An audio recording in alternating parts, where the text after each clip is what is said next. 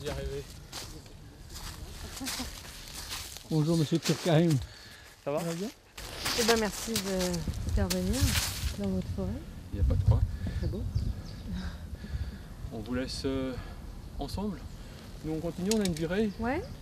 Et puis normalement on revient assez vite comme ça, donc on aura des jolies choses à voir là-haut. Il y a la ruine. Il y a... Oui, j'ai vu ça de la voiture. Eh ben très bien, ma foi. Ok. Où Ça s'imprègne. voilà, vous êtes à bonne école avec Francis. Bon bah super, merci beaucoup.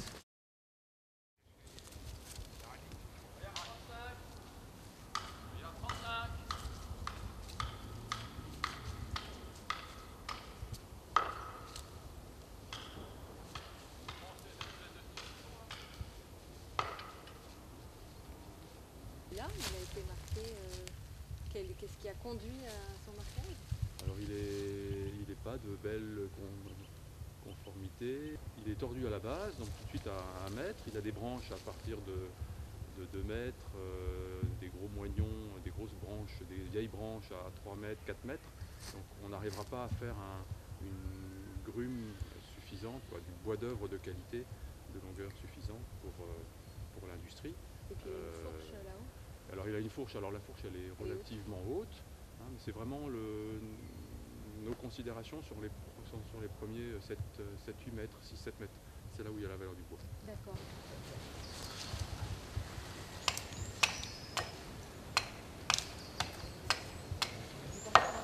On vient la prochaine fois. Il est bon celui-là, il n'a pas de... Il y a 60.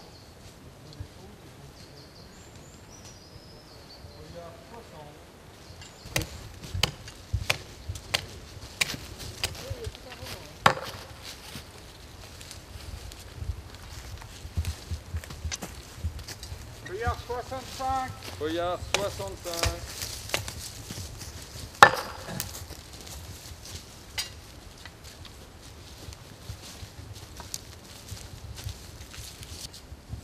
Feuillard 55. Feuillard 55.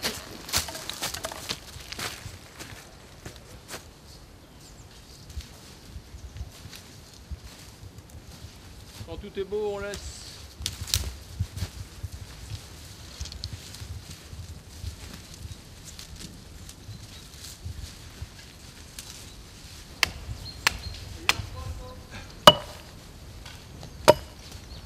Feuillard 60. Il faut faire bien attention là aux conditions d'exploitation. Hein.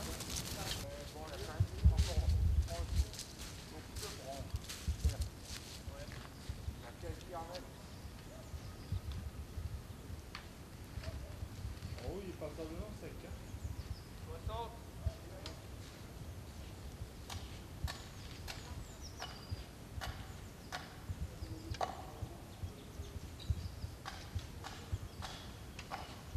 Avec un trou.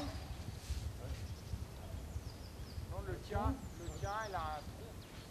Le tien, il n'est pas mieux. Hein. Alors on laisse celui de Simon et on prend nos deux.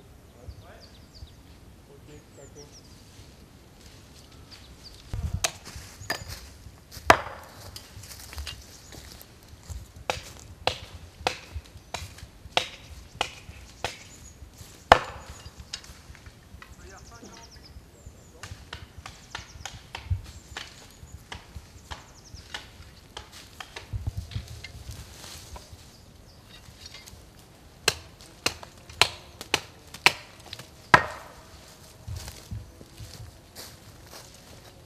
Feuillard 50.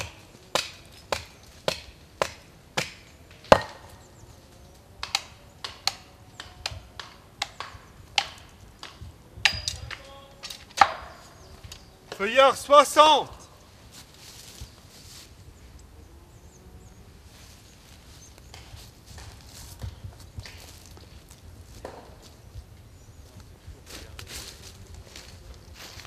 Alors, avec les mots, vous arrivez à décrire un si joli paysage. Ça va être... On va voir. On va voir si on arrive avec les mots à le décrire. C'est pas toujours facile. Puis il faut le décrire et en même temps qu'informer. Donc ça c'est un travail d'après.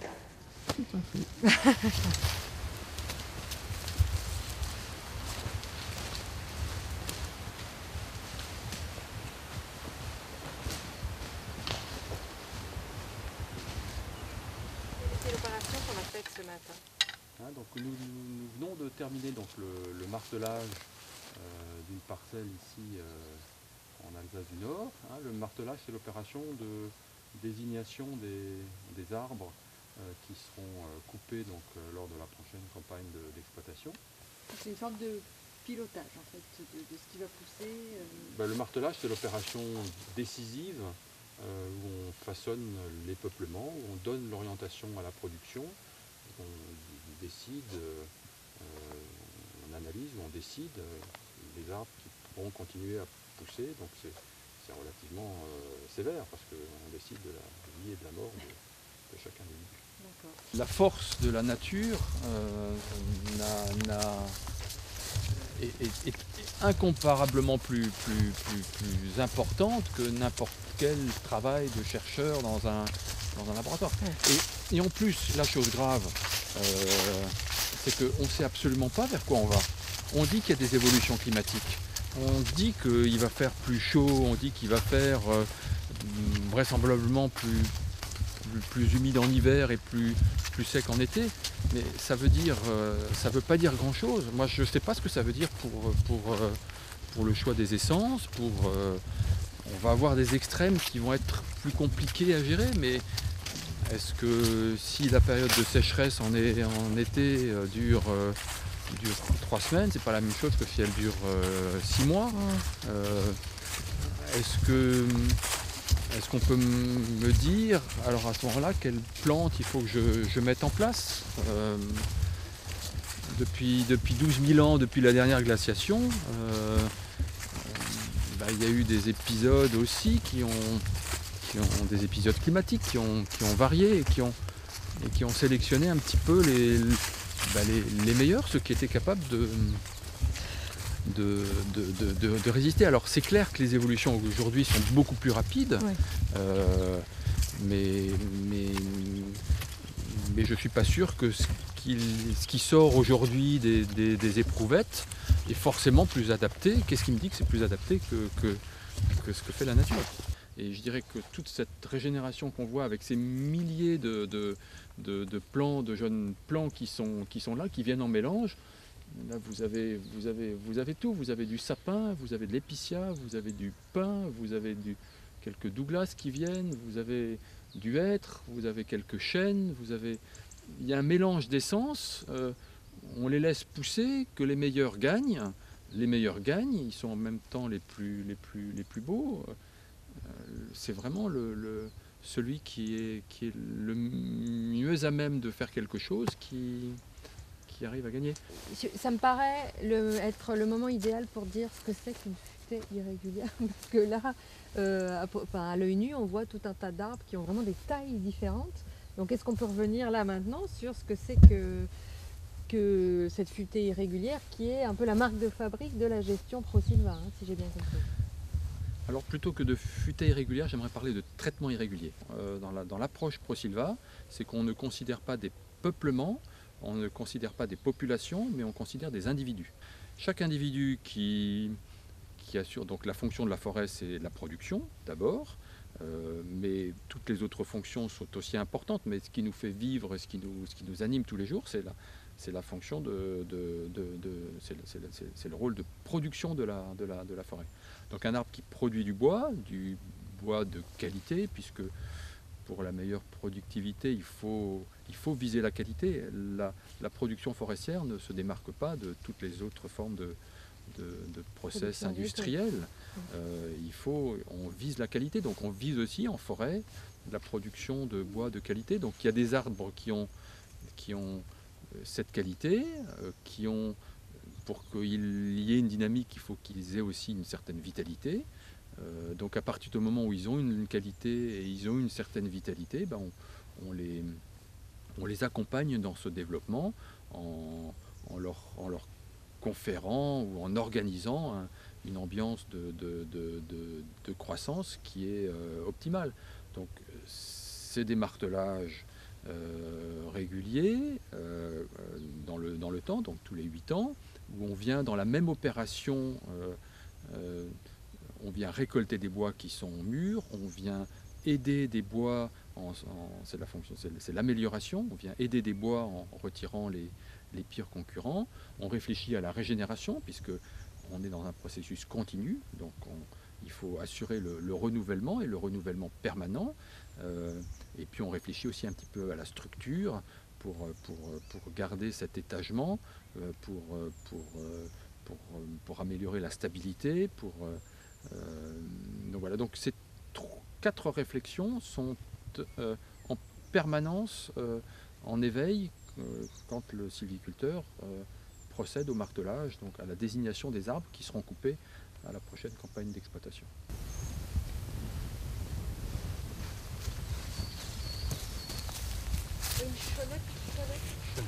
La ruine est perdue en forêt, donc on est ici dans des parcelles qui sont gérées comme l'ensemble des autres parcelles de la forêt.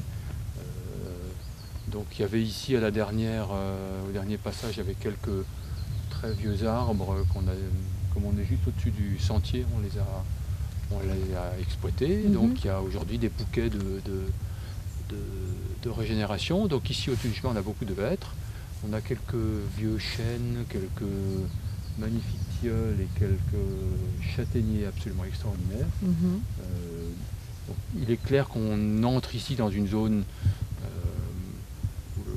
où le rôle de production est passe peut-être en deuxième priorité. La priorité, c'est les alentours immédiats de la ruine. C'est un patrimoine dont on est aussi les gardiens, donc c'est aussi une mission du forestier. On est au sein de la propriété, donc en fait tout ce que vous voyez sont partie des forêts dont on s'occupe. Donc là on voit bien le mélange. Donc là on voit bien le mélange, donc les alternances de pins, de hêtres, d'épicéas, de mélèzes,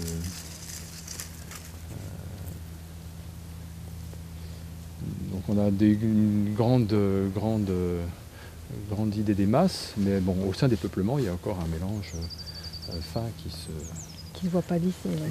Qui est invisible à l'œil nu. Alors on a aussi donc sur différentes crêtes à différents endroits des châteaux. Donc il y a un deuxième château là, le château de la Vinec, juste sur la montagne, il est caché, avec un donjon qui est encore entier jusque tout en haut, qui a fait aussi l'objet de petits travaux de consolidation avec le soutien des autorités départementales et régionales.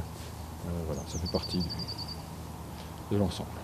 Alors est-ce que du fait que dans la région, il y ait beaucoup de forêts, des acteurs de la filière, enfin que ce soit une filière bien installée, la forêt et le bois, ça peut expliquer que ici plus qu'ailleurs ProSilva se soit développé, ou est-ce que c'est du fait de la proximité avec l'Allemagne, d'où est originaire le mouvement? Est-ce que vous pourriez dire quelque chose là-dessus? Est-ce que vous sauriez dire quelque chose là-dessus?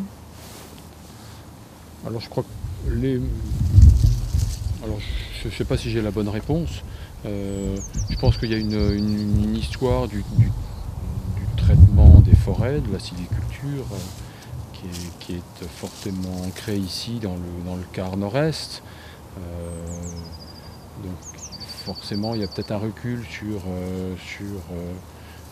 les différentes pratiques, qui est peut-être un petit peu plus importante. Certainement la proximité avec l'Allemagne, avec la Suisse, a joué en faveur de cette approche, de cette connaissance, de cette familiarisation du traitement irrégulier.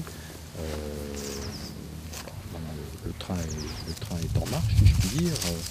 Donc il y a de multiples expériences ici et là, à travers la France, à travers l'Europe. On a même des pays lointains qui frappent à la porte. Les Japonais, j'étais l'année dernière aux USA, on a vu des magnifiques expériences qui vont dans ce sens. C'est lié aussi à des personnalités. On parlait tout à l'heure de M. Azera, vous et votre papa avant. Est-ce que c'est aussi d'autant mieux transmis que c'est des gens passionnés, ou vous voyez ce que je veux dire? Alors, sûrement la forêt c'est un peu une histoire passion. Je crois pas que... Alors, tous les métiers sont des métiers de passion, mais je pense que la forêt, au-delà de cela, est un métier de passion. Alors, ça demande beaucoup, elle demande beaucoup, mais elle apporte beaucoup. L'autre jour, on me parlait de sylvothérapie, de savoir si je savais ce que c'était que la sylvothérapie. Donc la forêt apporte beaucoup, ça c'est clair. Est-ce qu'il y a forcément aussi des choses qui passent de génération en génération voilà, maintenant, je dirais que les idées ont vocation à essaimer, ont vocation à capter le plus grand monde possible. On n'est pas le diable, on est simplement une option de gestion, et de nouveau qui apporte beaucoup, qui répond à de nombreuses questions d'aujourd'hui, de demain. Et dont les résultats sont assez facilement vérifiables, précisables. Alors les résultats sont là. On s'acharne à démontrer ce qu'on est capable de faire. Alors certains, on n'est pas détenteur de la seule et unique vérité, ça je dis toujours, même si on répond de façon extrêmement pertinente à beaucoup de questions. On ne peut pas faire boire un âne qui n'a pas soif. Voilà, on essaye de faire le mieux possible, avec beaucoup d'humilité, ce qu'on pense, beaucoup de bon sens de nouveau. Je suis persuadé que les idées transpirent. Prosilva a vocation à disparaître quand tout le monde fera du Prosilva. Je suis sûr que les choses progressent, c'est l'important. On va terminer sur cette note positive, plutôt optimiste.